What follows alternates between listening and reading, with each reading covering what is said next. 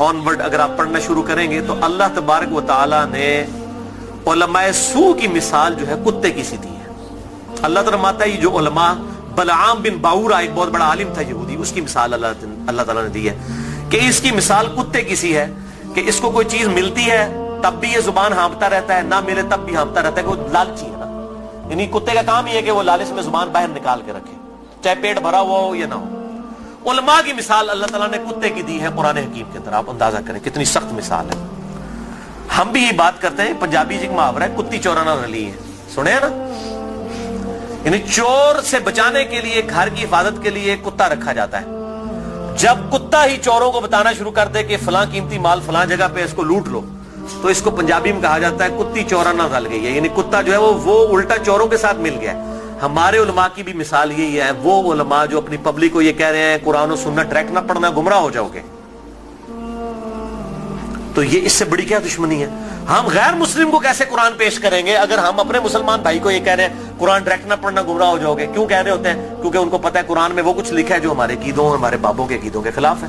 اگر یہ بات کریں گے تو گمراہ ہی ہوگا نا. تو یہ جو پٹی پڑھا رہے ہیں، مجھے پتا ہے اس سے بڑے اسلام کے دشمن کون ہیں. اب آپ ان کی پگڑیوں سے، داڑیوں سے، تسبیحوں سے، ان کی شکلوں سے دھوکہ نہ کھائیں. اسلام کے بہت بڑے دشمن ہیں یہ لوگ. اللہ تعالیٰ ان کے شر سے محفوظ فرمائے. تو بات کہاں سے کہاں نکل گئی. اللہ تعالیٰ فرماتا ہے ہم نے ماں باپ، ان کو ماں اور بیٹے دونوں کو جہان والوں کے لیے بہت بڑی نشانی بنایا تھا. ان ھذہ امتکم امۃ واحدہ، اے نبیوں کے ماننے والوں یہ سب کی سب امتیں، تمام نبیوں کے پیروکار اور انبیاء کی تعلیمات ایک ہی تھی. وَأَنَا رَبُّكُمْ فَاعْبُدُونَ، اور میں تمہارا رب ہوں پس میری ہی عبادت کرو. یعنی عیسیٰ، موسیٰ، ابراہیم، نوح علیہم السلام اور محمد رسول اللہ صلی اللہ علیہ وسلم یہ ایک ہی درخت کی شاخیں ہیں، ایک ہی درخت کے پھل ہیں. یہ کوئی ڈیفرنٹ تعلیمات نہیں ہے، بنیادی عقائد سیم ہے. ہاں وقت کے ساتھ ساتھ اللہ تعالیٰ نے شریعت کے اندر کچھ تبدیلی کی، لیکن بنیادی عقیدہ توحید سب کا سب ایک، اور وہی اللہ تعالیٰ نے بات کر دی. وَأَنَا رَبُّكُمْ، اور میں ہوں تمہارا رب. فَاعْبُدُونَ، پس میری عبادت کرو. وَتَقَطَّعُوا أَمْرَهُمْ بَيْنَهُمْ، مگر لوگوں نے پارا پارا کر دیا آپس میں دین کو. کُلٌّ إِلَيْنَا رَاجِعُونَ، سب کے سب کو لوٹ کر ہمارے پاس آنا ہے. اللہ تعالیٰ فرماتا ہے ہم نے ایک دین دیا تھا لیکن لوگوں نے فرقے بنا لیے. ایک تو یہ انبیاء کے نام پر یہ تقسیمیں ہوئی، اور بعد میں پھر نبیوں کے ماننے والوں میں بھی بزرگوں کے نام پہ تقسیمیں ہو گئی. یعنی آج عیسائی، یہودی اور مسلمز نبیوں کے نام کے اوپر اپنے آپ کو ڈیوائیڈ کیا ہوا ہے نا، حالانکہ تعلیمات ایک ہیں. اور ہم کیوں اپنے آپ کو بہتر سمجھتے ہیں؟ ہم کسی نبی کا ڈینائی نہیں کرتے. لا نفرق بین احد من رسلی، ہم ایمان لانے میں کسی نبی میں فرق نہیں کرتے. لیکن یہودیوں کو دیکھیں، حضرت عیسیٰ کا انکار کرتے ہیں، محمد رسول اللہ کا انکار کرتے ہیں صلی اللہ علیہ وسلم. عیسائیوں کو دیکھیں، حضرت موسیٰ کو بھی مان رہے ہیں، حضرت عیسیٰ کو بھی مان رہے ہیں، ہمارے نبی کا انکار کر رہے ہیں. تو انہوں نے اپنی پگڈنڈی الگ کر لی ہے. اور ہمیں کیا تعلیم دی گئی کہ ہم عیسیٰ علیہ السلام کو بھی ویسا ہی پیغمبر مانتے ہیں جس طرح کہ اپنے محبوب صلی اللہ علیہ وسلم کو مانتے ہیں. ہمارے نزدیک نبی صلی اللہ علیہ وسلم کا انکار کرنے والا بھی ویسے ہی کافر ہے جس طرح کسی ایک پیغمبر کا انکار کرنے والا کافر ہے. سیم یہ اللہ تعالیٰ نے. لیکن پھر امت کے اندر کیا ہوا؟ نبی صلی اللہ علیہ وسلم تو چلے گئے، اور آپ صلی اللہ علیہ وسلم کے بعد وقت جب گزرتا گیا، لوگوں نے اپنے بزرگوں، بابوں کے نام کے اوپر فرقے کھڑے کرنا شروع کر دی. اس میں بزرگوں کا قصور نہیں تھا. یعنی امام حنیفہ، امام شافعی، امام احمد بن حنبل، امام مالک رحمہم اللہ اجمعین علیہم السلام رضی اللہ عنہم اجمعین، ان کا کوئی قصور نہیں ہے. انہوں نے کہیں نہیں کہا کہ ہمارے ناموں کے اوپر آپ فرقے بنائیں، اپنے ہمارے ناموں کے اوپر چیزوں کو ڈیوائیڈ کر دیں. ان کی کہیں یہ تعلیمات نہیں تھی.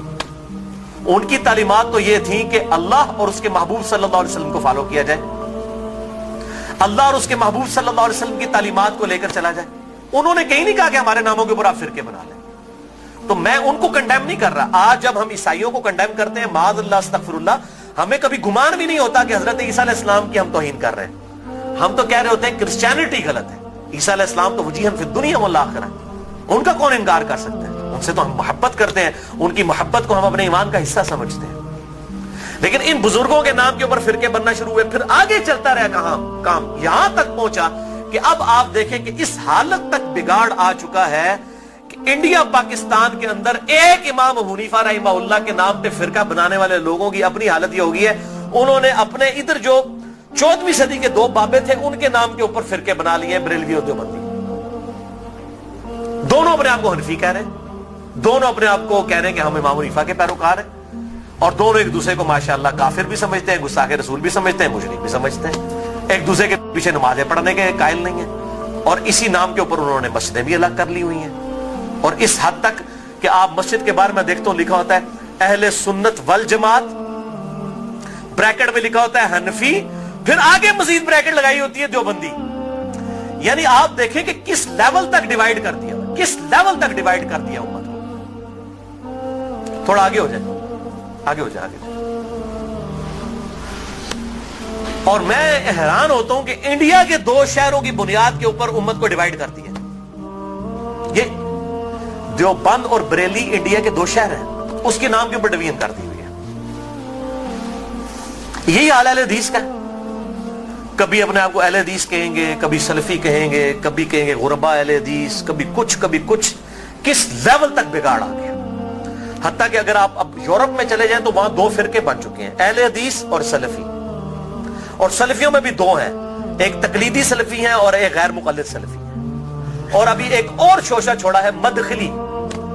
یہ ایک اور فرقہ جو ہے وہ عرب کے اندر نکلا ہے، جو کہ اپنے علاوہ سب کو کہتا ہے کہ یہ اہل حدیث سے خارج ہیں، ہم کوئی بہت بڑے اہل حدیث ہیں. یہی ہوتا ہے میرے بھائیوں، جب یہ پارٹی بازی شروع ہوتی ہے نا، اس کا انجام یہی ہوتا ہے. خدا کے لیے اس طرف واپس آ جائیں جہاں ہمارے محبوب صلی اللہ علیہ وسلم ہمیں چھوڑ کر گئے تھے. ہوا سماکم المسلمین من قبل وفی ھذا. اللہ کے پیغمبر ابراہیم علیہ السلام نے اس قرآن کے نزول سے پہلے تمہارا نام مسلم رکھ دیا تھا، اور اس کتاب میں وفی ھذا اللہ نے بھی انڈورس کر دیا اپنے آپ کو مسلمان کو. کیوں اپنے آپ کو ڈیوائیڈ کرتے ہو؟ کس لیول تک ڈویژن کرو گے؟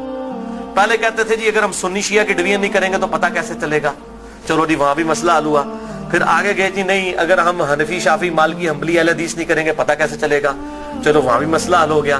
پھر آگے کہ نہیں جی اہل حدیث میں بھی اتنی پارٹیاں تھیں تو ہم سلفی کہیں گے تو تب پتہ چلے گا. میرے بھائی یہ جتنی دمیں لگائی ہوئی ہیں نا، میں ان کو دمیں کہتا ہوں، یہ آپ دمیں لگاتے چلے جائیں، اس کی کوئی اینڈ نہیں ہے، سوائے اس کے کہ امام مالک رحمہ اللہ کا قول ہے، وہ فرمایا کرتے تھے اس امت کے آخری حصے کی بھی ہدایت ویسے ہی ہوگی جس طرح کے ابتدا کے حصے کی ہوئی تھی. صحابہ کرام علیہم رضوان، اہل بیت، بریلوی، دیوبندی، اہل حدیث، شیعہ، اہل سنت اس تفریق سے بہت بالا تھے. آج بھی الحمدللہ وہ مسلمان اس پیٹرن کے اوپر. مجھے کہتے ہیں لوگ جی وہ آپ کس فرقے سے ہیں؟ میں کہتا ہوں جی میں اس گروہ میں شامل ہوں. فرقہ تو ہے ہی اسلام میں حرام، ٹھیک ہے. اللہ تعالیٰ نے واضح طور پہ فرما دیا ہے کہ ان الذين فرقوا دينهم وكانوا شيعا لست منهم في شيء. اے نبی جنہوں نے دین میں فرقے بنائے اور اپنے آپ کو گروہوں میں بانٹ لیا، آپ کا ان سے کوئی تعلق ہی نہیں ہے. سورۃ الانعام آیت نمبر 159. اس طریقے سورہ آل عمران کے اندر ہے واعتصموا بحبل اللہ جميعا ولا تفرقوا. اللہ کی رسی یعنی قرآن کو صحیح مسلم میں آتا ہے غدیر خم کی حدیث میں کہ یہ قرآن ہے اللہ کی رسی، اس کو مضبوطی سے پکڑ لو، فرقوں میں مت بٹو. پھر پوچھ رہے ہوتے ہیں فرقہ کون سا ہے، تو میں پھر آخر میں تنگ آ کے کہتا ہوں میرے بھائی میرا وہی گروہ ہے جو صحابہ کرام کا تھا. اگر صحابہ بریلوی تھے تو میں بریلوی ہوں، اگر صحابہ دیوبندی تھے تو میں دیوبندی ہوں، اگر صحابہ اہل حدیث تھے تو میں اہل حدیث ہوں، اگر وہ شیعہ تھے تو میں شیعہ ہوں. وہ کہتے ہیں نہیں جی صحابہ تے مسلمان ہی سن، لیکن ہون لوڑ پیندی ہے. تو میں کہتا ہوں میرے بھائی آج ضرورت کس طرح پڑ رہی ہے؟ اگر آج ضرورت پڑ رہی ہے تو نبی صلی اللہ علیہ وسلم کا کام تھا یہ امت کو بتا کے جاتے کہ میرے بعد یہ ہوگا تو جو اس فرقے کا نام ہوگا وہ صحیح ہوگا. بتائیں. صرف ایک بات آپ نے فرمائی، الجماعہ کو پکڑ لینا، امت کی مین سٹریم کو. اور میں آپ کو بتاؤں امت کی مین سٹریم جو ہے نا عام مسلمان، وہ فرقہ واریت سے بالکل لا تعلق ہو چکا ہے. اور خصوصاً ابھی جو نیو مسلم ہے وہ اپنے آپ کو مسلمان محسوس کرنے میں ہی فخر محسوس کرتے ہیں الحمدللہ. تو اللہ تعالی ہمیں توحید پر بھی کاربند رکھے اور توہین رسالت سے بھی بچائے. نبی صلی اللہ علیہ وسلم کی سچی عقیدت نصیب فرمائے. اپنی موت سے پہلے اپنی قبر و آخرت کی تیاری کرنے کی توفیق عطا فرمائے. سبحانک اللہم و بحمدک اشہد ان لا الہ الا انت استغفرک و اتوب الیک وما علینا الا البلاغ المبین.